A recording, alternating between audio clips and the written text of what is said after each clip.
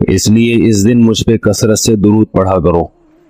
فَإِنَّ صَلَاتَكُمْ مَعْرُوضَةٌ عَلَيَّ، اس لیے کہ تمہارا درود مجھ تک پہنچایا جاتا ہے۔ صحابی نے پوچھا یا رسول اللہ کیف تعرض علیک صلاتنا وقد ارمت، ہمارا درود آپ تک کیسے پہنچایا جائے گا جبکہ آپ جب دنیا سے جائیں گے، قبر میں جسم آپ کا ختم ہو جائے گا، تو ہمارا درود آپ تک کیسے پہنچے گا؟ تو آپ صلی اللہ علیہ وسلم نے فرمایا ان اللہ حرم علی الارض اجساد الانبیاء، اللہ تعالیٰ نے پیغمبروں کے جسموں پر زمین پر پیغمبروں کے جسموں کو حرام کر دیا ہے۔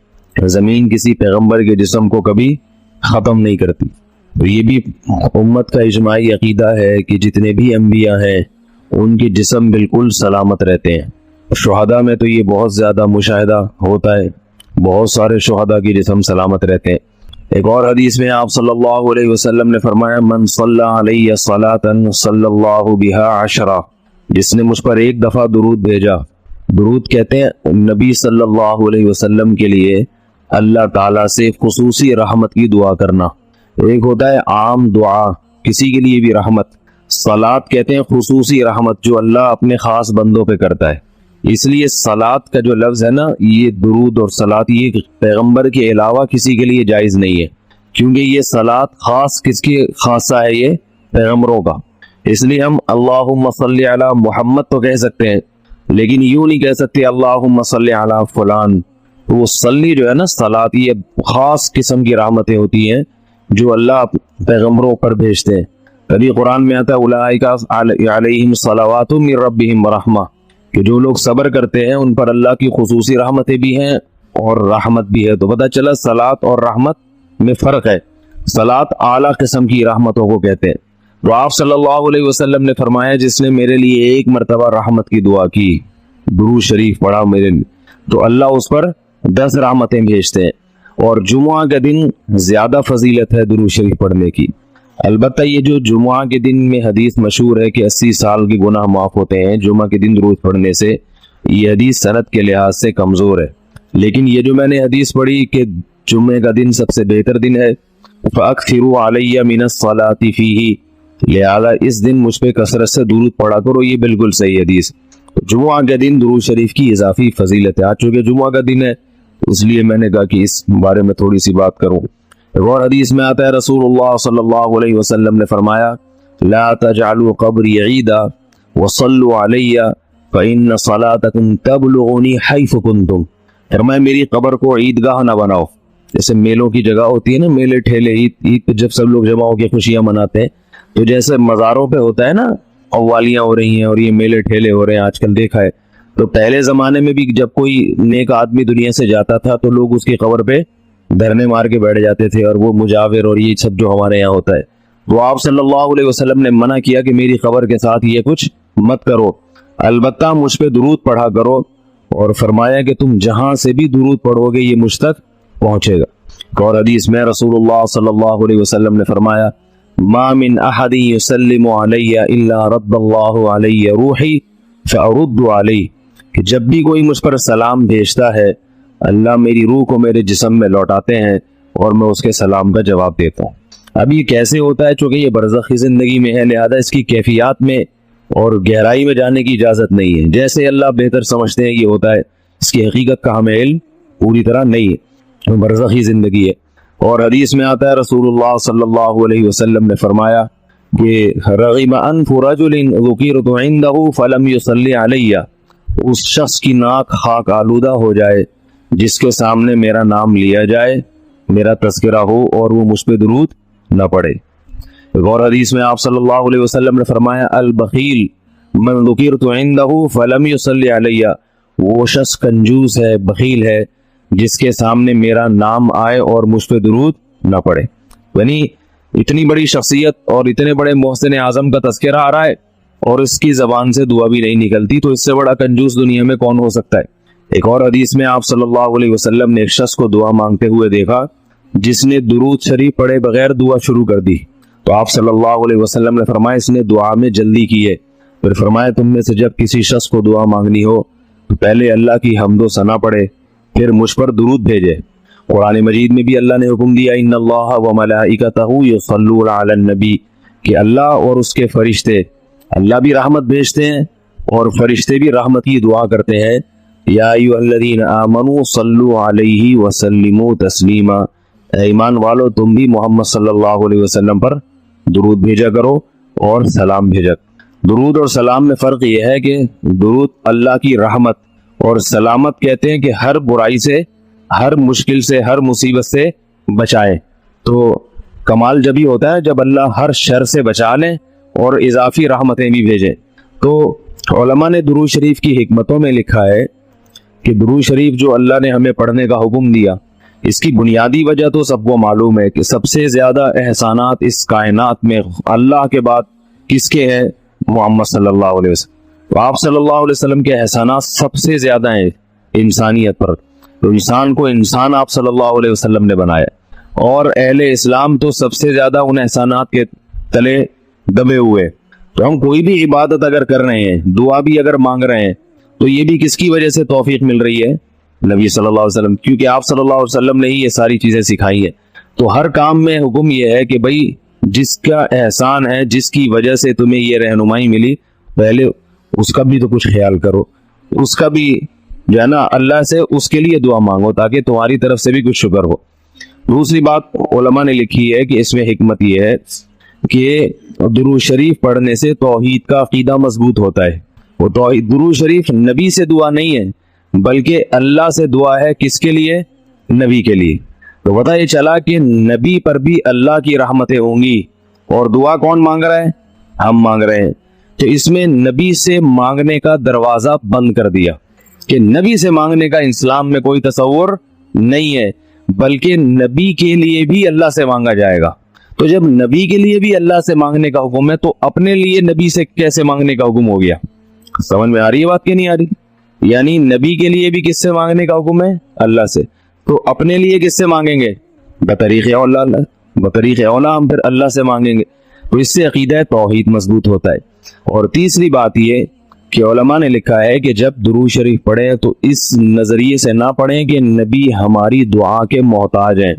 نبی اللہ کی رحمت کے تو محتاج ہیں، یہ تو درود شریف سے پتہ چلتا ہے، لیکن اللہ کی وہ رحمت اس وقت بھی ہوتی اگر ہم یہ دعا نہ مانگتے. تو ہمیں اس لیے ہے کہ ہم بھی انگلی کٹا کے شہیدوں میں نام لکھوا لیں. سمجھ رہے ہیں نا؟ اس کی حضرت مولانا اشرف علی تھانوی رحمہ اللہ نے بڑی پیاری مثال دی. فرمایا کہ جیسے کوئی بادشاہ اپنے شہزادے پر کچھ انعام کرنا چاہے، بادشاہ تو چاہتا ہے نا اپنی اولاد کو نوازنا، اپنے محبوب شہزادہ اس کا محبوب ہوتا ہے. تو آپ اگر بادشاہ سے سفارش کر دیں کہ حضرت یہ تحفہ آپ اپنے شہزادے کو دے دیں یا یہ فلاں چیز اپنے شہزادے کو، تو بادشاہ تو پہلے بھی دے رہا ہے، لیکن آپ کے کہنے سے وہ اور خوش ہو جائے گا کہ بھئی دیکھو جو کام میں چاہتا تھا یہ بھی اسی کی درخواست کر رہا ہے. تو نتیجہ کیا نکلے گا؟ تھوڑا سا آپ کو بھی دے دے گا وہ. ٹھیک ہے نا کہ چلو یہ گڑ تم بھی منہ میٹھا کر لو اپنا، تم نے اتنا اچھا کام کیا. اور اگر آپ کسی کو حکم دیں اس کے دشمن پہ خرچ کرنے کا، آپ جا کے کہیں بھائی وہ تمہارا دشمن ہے، تمہارا دل چاہتا ہے اس کا گلا دبا دو، تو ایسا کرو اس کو ہدیے ودیے دیا کرو. تو کہے گا میں اس کو گلا دبانا چاہتا ہوں اور تو ہدیے کی ترغیب دے رہا ہے تو میں تیرا بھی گلا دباؤں گا. تو دشمن پہ خرچ کرنے کا جب حکم دیا جاتا ہے وہ اس سے سامنے والا غصے میں آتا ہے. دوست پہ خرچ کرنے کا، احسان کرنے کا جب آپ کسی کو کہیں گے تو وہ خوش ہوتا ہے. باپ کو اگر کہا جائے نا اپنے بچوں پہ اور کھلائے کریں، بڑی خوشی ہوتی ہے، تو باپ کا دل اور سینہ اور چوڑا ہو جائے گا. تو ایسے ہی اللہ تعالیٰ کو اپنے رسول صلی اللہ علیہ وسلم سے محبت ہے. اللہ تو خصوصی رحمتیں بھیجیں گی، لیکن ہم اگر اللہ سے درخواست کر دیں گے کہ اللہ تو خصوصی رحمتیں بھیج، تو اس میں تھوڑی سی ہماری بھی کیا ہو جائے گی؟ دخل اندازی ہو جائے گی. اللہ تو ویسے ہی کر رہا ہے، تو اللہ کہے گا چلو تو نے بھی سفارش کر دی تو ان پہ تو کریے نہ ہوں، یہ 10 رحمتیں تجھ پر بھی ہو جائیں گی. اور چوتھا فائدہ کیا ہے درود شریف پڑھنے کا؟ کہ انسان کے دل میں محمد صلی اللہ علیہ وسلم کی محبت بڑھتی ہے. انسان جس کے لیے دعا مانگتا ہے لاشعوری طور پہ، تو نبی صلی اللہ علیہ وسلم کی جتنی زیادہ محبت ہوگی اللہ کی خود بخود اتنی ہی زیادہ ہوگی، کیونکہ نبی سے محبت اللہ ہی کی وجہ سے ہوتی ہے، یہ الگ الگ چیز نہیں ہے. اللہ کے رسول ہے نا، اسی وجہ سے تو ہے. تو جتنی محبت بڑھے گی اللہ کی محبت اتنی زیادہ. اور 5واں فائدہ کہ جتنی نبی کی محبت ہوگی، انسان کو جس سے محبت ہوتی ہے اس کی اتباع آسان ہوتی ہے. بغیر دلیل کے بھی مانتا چلا جاتا ہے. جس سے نفرت ہوتی ہے نا اس سے ہر بات پہ دلیل، کیوں بھائی ایسا کیوں ہے. اور اگر محبت ہو تو وہ کوئی کام کا کہے تو سمجھ میں آئے نہ آئے انسان کہتا ہے بس کر لو. صحابہ کرام کی محبت کے جو واقعات ہیں، حضرت انس رضی اللہ تعالی عنہ جب بھی کھانا پکتا تھا اگر اس میں لوکی یا کدو پکتا تو کدو کے ٹکڑے تلاش کر کے کھاتے تھے. لوگوں نے پوچھا کیوں بھائی؟ فرماتے ہیں کہ میں نے رسول اللہ صلی اللہ علیہ وسلم کو دیکھا ہے کہ کدو شوق سے کھاتے تھے آپ. تو نبی سے محبت تھی، کدو سے محبت ہو گئی. حالانکہ یہ شریعت کا حکم نہیں ہے لوکی اور کدو سے محبت کرو، یہ تو اپنی انسان کی اپنی رغبت ہوتی ہے، کسی کو کسی چیز سے، کسی کو کسی چیز سے. لیکن عشق کی انتہا ہوتی ہے تو انسان کو محبوب کی محبوب چیزوں سے بھی ہو جاتی ہے. تو ہمیں بھی اگر نبی صلی اللہ علیہ وسلم سے محبت ہوگی صلی اللہ علیہ وسلم، تو اگر کدو سے نہ بھی ہو تو کوئی اتنا مسئلہ نہیں ہے، لیکن فرائض واجبات سے تو ہو جائے گی نا، جو شریعت میں ضروری ہے، جن کی آپ صلی اللہ علیہ وسلم نے بہت تاکید کی ہے، ان سے تو ہوگی نا کم از کم. محبت نہیں ہے تو ہر وقت بیٹھ کے لوجک کی تلاش. داڑھی تک نہیں رکھے گا، داڑھی کا سمجھاؤ تو کہ بھائی کیوں بھائی، پھر یہ سمجھاؤ کہ بھئی آپ صلی اللہ علیہ وسلم کے اخلاق ایسے تھے، نہیں میری سمجھ میں نہیں آتے، ایسے کیسے اخلاق بنائے جا سکتے ہیں خادموں کے ساتھ. تو محبت ہو جاتی ہے تو سارے کام آسان ہو جاتے ہیں. تو درود شریف پڑھنے کا ایک فائدہ یہ بھی ہے. تو اس لیے ہمت کر کے علماء نے جو ایک نصاب بتاتے ہیں نا، روزانہ 100 دفعہ صبح 100 دفعہ شام. ویسے تو سب سے بہتر درود ابراہیمی ہے جو نماز میں ہم پڑھتے ہیں، آپ صلی اللہ علیہ وسلم نے سکھایا ہے. یہ نہ ہو مشکل لگے تو اتنا کر لو صلی اللہ علیہ وسلم، صحیح ہے نا. یہ 100 دفعہ پڑھ لے، کتنا ٹائم لگتا ہے اسے؟ صبح 100 دفعہ پڑھ لیا، 100 دفعہ شام کو پڑھ لیا. اور اگر پورا ہفتہ توفیق نہیں ملتی تو کم از کم جمعہ ہی کے دن پڑھ لے انسان. سمجھ رہے بات کو نہیں سمجھ رہے بھائی؟ غلط نہیں آ رہی؟ جمعہ کا دن پڑھ لے انسان، اس میں زیادہ فضیلت ہے. اور یہ جو درود شریف ہے نا، یہ صلی اللہ علیہ وسلم پورا پڑھنا چاہیے. میں کل بھی بیان میں کہا تھا نا، ساشے آ رہے ہیں ہر چیز کے، تو جیسے سلام کے ساشے نا، سلام کرنا ہو نا اتنی سی آواز آتی ہے بس. تو درود شریف بھی حضور صلی اللہ علیہ وسلم نے فرمایا. لوگ کیا کہتے ہیں؟ حضور صلی اللہ علیہ وسلم نے فرمایا. بھائی صلی اللہ علیہ وسلم بول دو پورا. لکھنے میں بھی علماء نے بیان کیا ہے کہ مجلس میں، کسی مجلس میں جب آپ صلی اللہ علیہ وسلم کا نام آئے تو کم از کم ایک دفعہ درود شریف پڑھنا واجب ہے. بار بار واجب نہیں ہے، بار بار افضل ہے. مجلس میں جب ایک دفعہ نام آیا تو پہلی دفعہ بہرحال واجب ہے، یا کم از کم ایک دفعہ اس مجلس میں. بار بار پڑھنا ضروری نہیں ہے، بہتر ہے. تو یا تو پڑھے ہی نہیں، ایک دفعہ پڑھ لیا کافی ہے، لیکن پڑھے تو پھر ساشے نہ لے کر آئیں.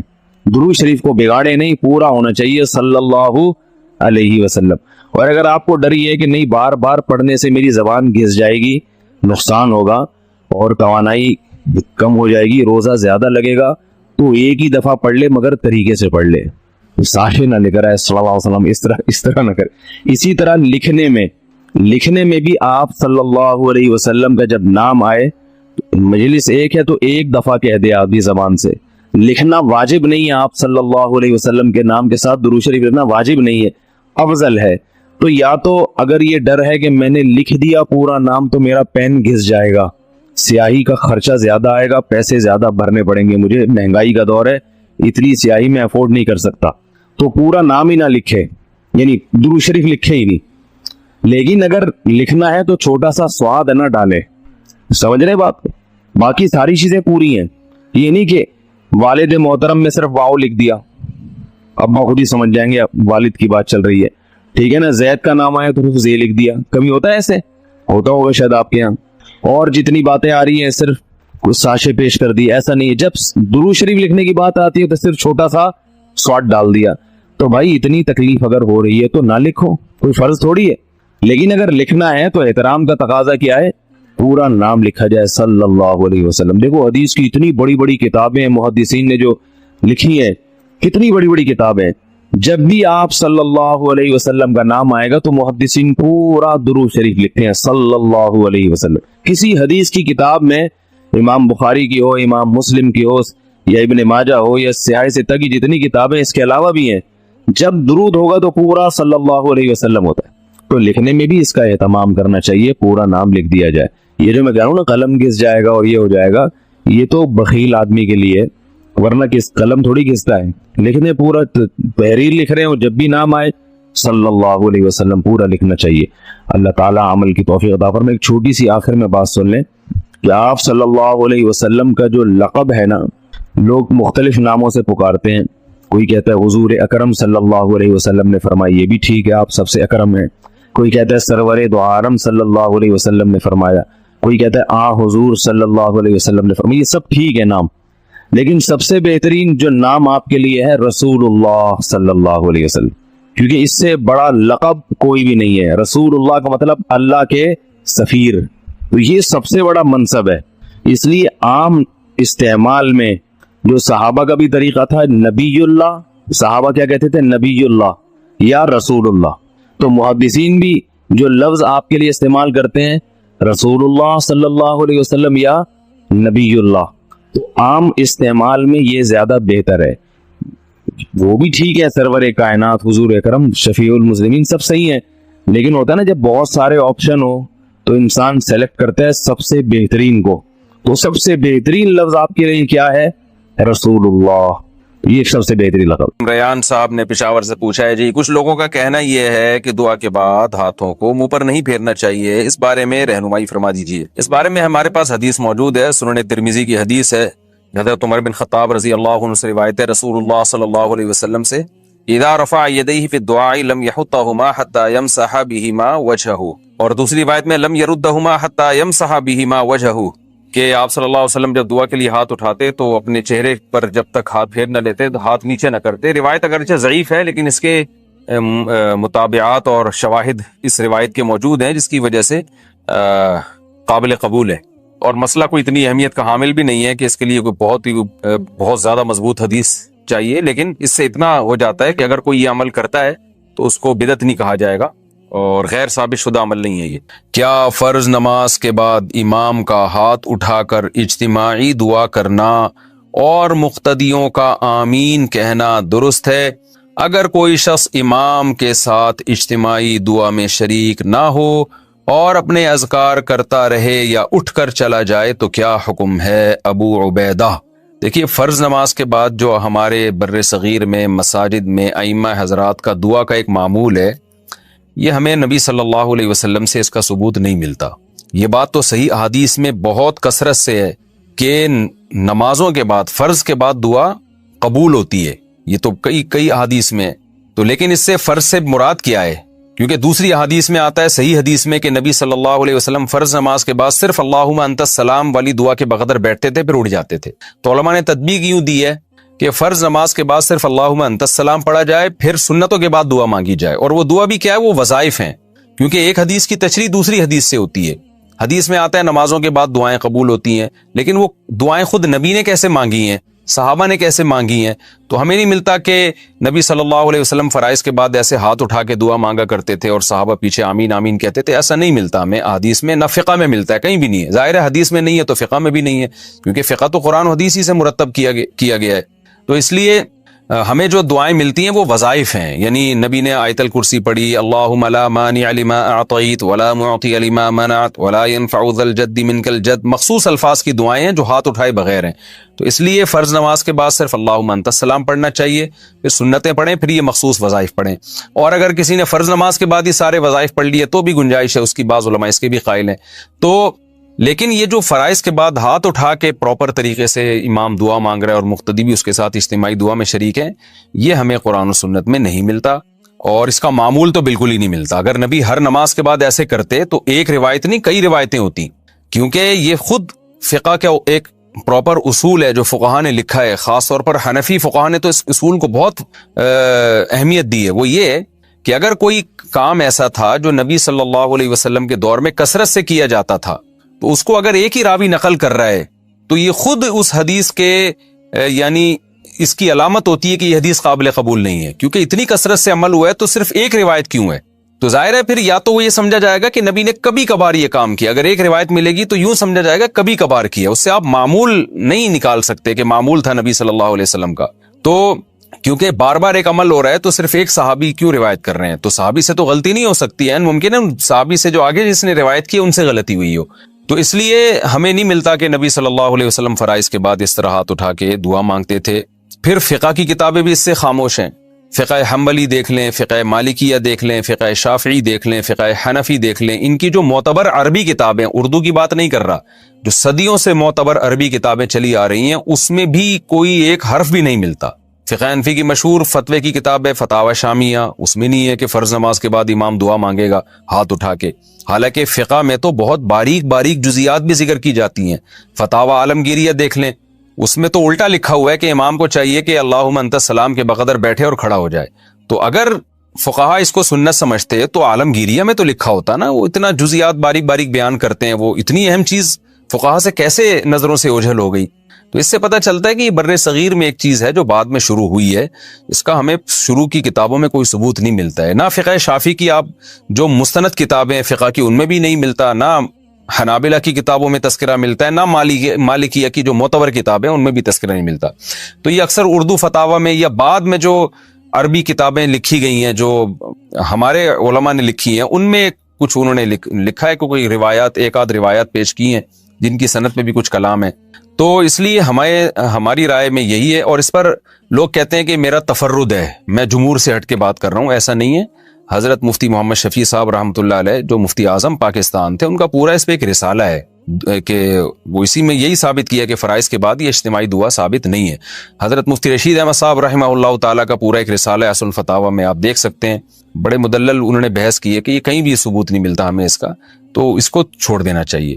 لیکن بہرحال مسئلہ کوئی بہت زیادہ اہمیت کی نوعیت کا نہیں ہے، اس لیے ایسا نہ کریں کہ میرا کلپ سن کے آپ اماموں کو تنگ کرنا شروع کر دیں، مسجدوں میں پھڈے بازی نہ کریں، امام کو اپنے حال پہ چھوڑ دیں، وہ اگر دعا مانگ رہے تو مانگتا رہے، آپ کچھ نہ کہیں، آپ ہاتھ نیچے کر کے آرام سے بیٹھے رہیں، فتنہ نہ پھیلائیں مسجدوں میں۔ آج کل مسئلہ یہ کہ ایک مسئلہ پتہ چلتا ہے تو تھوپنا شروع کر دیتے ہیں۔ اگر امام ان علماء کو فالو کر رہا ہے جو اس دعا کے قائل ہیں تو اس کو کرنے دیں، آپ اس کو تنگ نہ کریں، بدعتی ہونے کا فتویٰ نہ لگائیں۔ یہ چھوٹی چھوٹی باتوں پہ بدعتی ہونے کا فتویٰ لگانا یا اختلاف کو حد سے بڑھانا یہ ٹھیک نہیں ہے۔